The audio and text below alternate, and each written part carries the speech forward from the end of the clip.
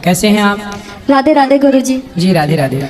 मैं बहुत अच्छी हूँ और गुरुजी आज आपके यहाँ पर ये वृद्ध औरतों से मिली, लाइव उनसे बात की, तो आपके लिए जो इज्जत थी और जो भक्ति थी आज वो बहुत बहुत ज़्यादा हो गई है।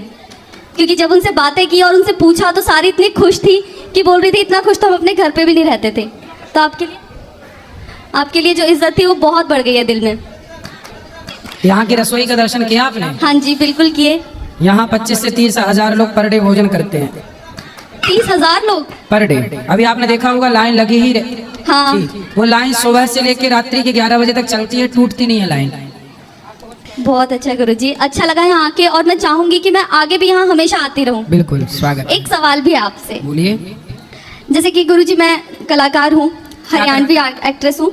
एक्ट्रेस है। और कई बार क्या होता है कि कुछ ट्रोलर्स होते हैं, कुछ काफी लोग। आप क्या फिल्मों में भी काम करते हैं? मैंने फिल्मों में भी किया है, लेकिन मुझे पहचान हरियाणवी गानों से मिली है। मैंने काम हर मीडिया में हर रीजनल सॉन्ग्स किए। गाने गाते हैं? नहीं, मैं उनमें एक्ट करती हूँ। मेरे कई song 700 million, 800 million, 100 million, 200 million, 300 million सब गए हैं। और करीब मैं 15 साल की थी तब से मैं काम कर रही हूँ।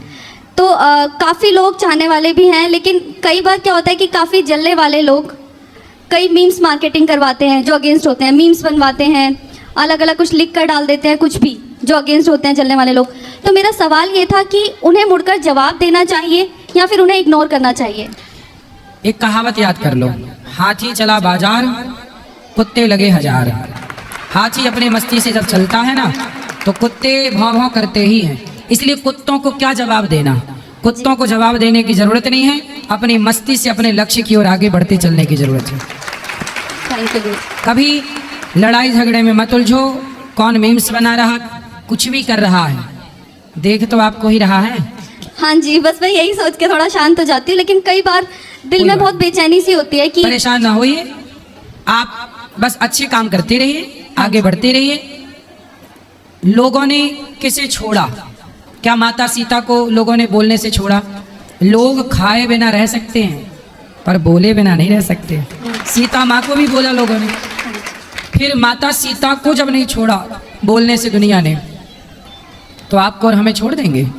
इसलिए उनका काम है आलोचना करना, बोलना, और आपका काम है अच्छे काम करना। करते रहो जी। मैं भी 15 सालों से ही माता सीता का भी रोल करती हूँ रामलीला में दिल्ली में। अच्छा। और एक्टिंग अलग करती हूँ, लेकिन माता सीता का भी रोल करती हूँ।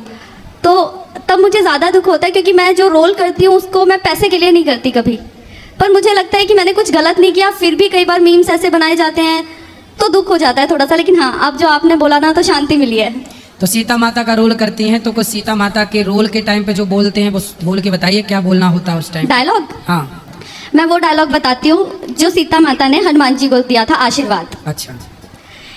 हे हनुमान, दी शक्ति तुझे, दी बुद्धि तुझे, दी युक्ति तुझे, दी भक्ति तुझे, दी मुक्ति तुझे। आशीर्वाद है माँ का यही, तू रहे अजर अमर बेटा।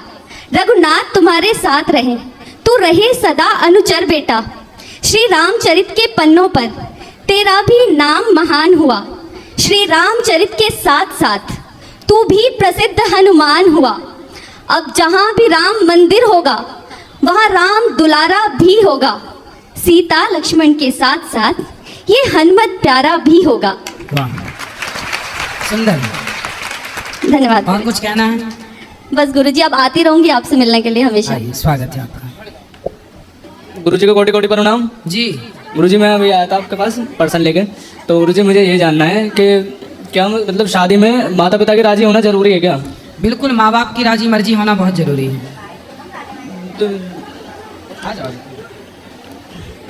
माता पिता में से माता राजी है, पिता राजी नहीं है, पिता राजी है तो माता राजी नहीं है।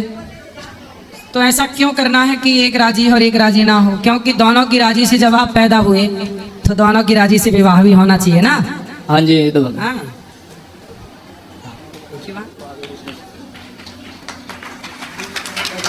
और कुछ कहना है? खुश रहिए।